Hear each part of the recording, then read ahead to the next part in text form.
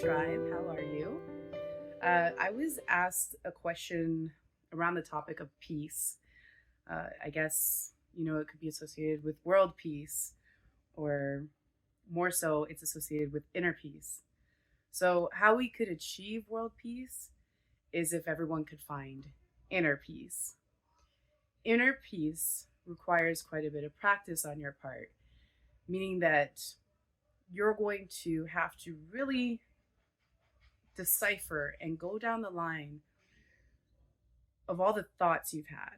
So you're going to have to evaluate the things you've been thinking, why you've been thinking them, and you have to determine if they're even real or not. Okay, so um, I know I've talked about this before, but for example, because it's probably the best example we have, is how did your parents raise you? What did they teach you? How did they teach you to think? Okay. Now, the things that you're thinking and the things that are coming out of your mouth, are those from your parents and what they taught you, or are they actually coming from you, from your soul? Okay. What tends to happen is that we start repeating what the outside world is telling us. So even when it comes to the way you should look and the way you should act and what's cool and what's not cool, what's pretty, what's ugly, what's fun, what's not fun, whatever the case is, we're in a society and a system where it's like it's telling us to think like this. It's telling us this is how you should think. This is what looks good. Having like all this money and this flashy cars, that's what looks good. That's what makes you look like the it person. But it's not. Do you want to know what makes you the it person? Having inner peace, being a good person to other people, treating others how you want to be treated, giving, loving, sharing, kindness. That is what will make the world go round. That is where we will find the world peace that everyone keeps talking about. Okay, so really the first conflict and battle is the one that's within ourselves. It's the one that's been telling us to be somebody else that we're not. So let's say you're a kid that grew up wanting to be a dancer, right? But then every dance class you went to, everybody kind of looked at you and they're like, well, you don't look right. You don't look like the right type of person that should be dancing. Like, you just don't fit in. Your image, your look, it just doesn't fit with dancing. So automatically then you're told, okay, you're never going to be a dancer. Okay? These are just examples. Let's say as a kid you were like, oh man, I really like those shoes. Those shoes are so cool. I want those shoes. And then your parents said those shoes aren't for you, they're only for a certain other type of people. You see where the conditioning is happening?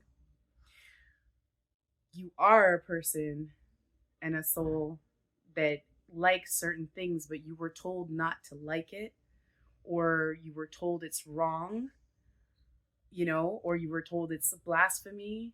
um there's some people, they will challenge their parents, and then their parents get mad at them and they say that they don't love them, and all this strife starts to happen, and that can be very confusing because some of us are people pleasers and we do want our parents to love us, but we're not doing it the way they want it done, right? So there's just all these examples of the way we've been conditioned. Your system that you're living in, it's possible that it said, well, this is the only way you're going to make it. Like, if you do this work, or if you do this job, or if you buy this house, like, that's the only way you can prove your credibility or your worth to society. Let's really think about that. Does that actually feel true to you? Or was that just a made up belief? I'm not saying there's anything wrong with doing things that you feel is like, okay, you know what? I do want to do that, right? Like, there's absolutely nothing wrong with that. What I'm trying to help you achieve is inner peace within yourself, which is full loving acceptance of yourself and who you are. So you have to break down thoughts and patterns and conditions that you've constantly been taught that aren't actually yours. Listen to some of the words coming out of your mouth. Like, really reflect. Like, who does that sound like? There was this practice that I did that I felt was really, really good. and I kind of went down my um, my ancestry and the things that I've been taught on both sides of my family. Like what did we do on this side that I really enjoyed, and what was done on this side that I thought was like so old, systematic, it needs to go, right? Then I did it with the other side, and I made a list of the things that, like, let's say my grandparents or great grandparents did that I actually liked, and I wanted to keep some of those traditions. And then I also wrote down the things that I don't like, that do not serve me at this time, and it does not serve my future generations. So it's really about evaluating what we've been led to believe, and let's take the goods, but leave behind the bads. So the true concept of inner peace is love and acceptance of yourself. Okay? It has nothing to do with anybody else.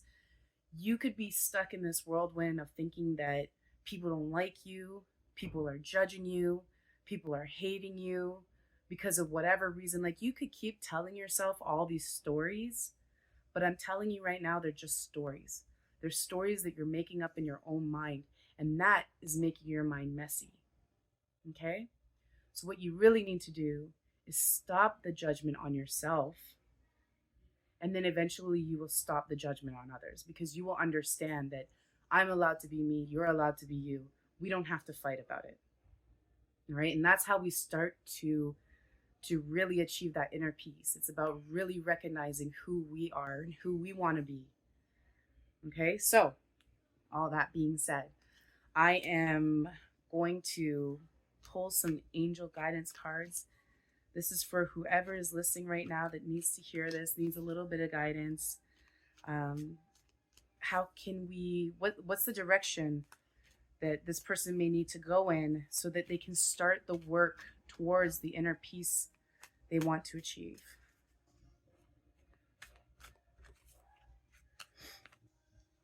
Mm, mm. Beautiful. Okay, so the first card we get, it's Archangel Ezreal. Thank you, Ezreal, for leading me safely through this change. It's called Change in Transition. Can you see it? Okay. Change in Transition. So this archangel is here guiding. It's so beautiful because we're talking about inner peace, and it's like you're probably going through a lot of feelings and emotions that are making you feel, a little out of sorts, and that comes with transition. It's part of the process, right? You start changing the way you think, you start changing the way you act.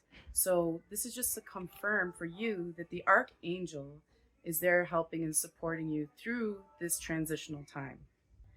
All right, the second card we got, loved one in heaven. Thank you, loved ones in heaven, for drawing close at this time. So, again, this is to let you know that you have the support in place. Um, all of the souls that have passed on, even down your bloodline, they want you to express yourself and be yourself. They're not sitting there thinking, oh, you should, no, you should be like this, the way, I taught you and I taught her and I taught him. That's not what they're thinking. They're here supporting you on the other side, and they want you to easily transition through this phase of becoming who you truly are, because guess what? They couldn't, and you're here to do something they couldn't do. And the third card we got here is balance. Thank you, angels, for bringing my life into balance. Okay. Balance is very important. If you're constantly go, go, go, like, some people say, like, I hustle all the time, I go, go, go, so that they can make their money, whatever it is. Are you balancing your family? Are you balancing your home? Are you balancing your mental health? Are you balancing your peace? Are you having that quiet time to yourself, or are you just constantly go, go, go? Because guess what? That's another condition. Thinking that you have to constantly be on the go is something that we were taught. You have to really recognize who taught you that. Okay? Evaluate that and think, like, give yourself the opportunity and the time to start balancing your life out. Okay? It's very, very important to create balance. If you're constantly thinking about the next thing, like, you might crash. And that is the last thing you want to go through.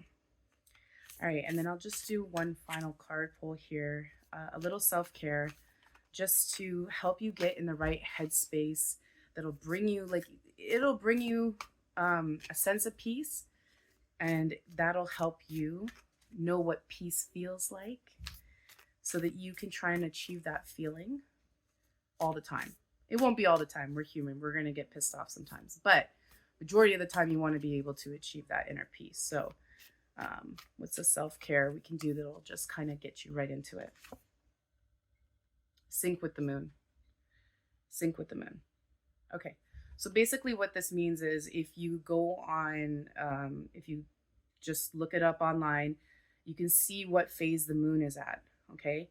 And within each phase of the moon, there are certain significant things that you can do for yourself.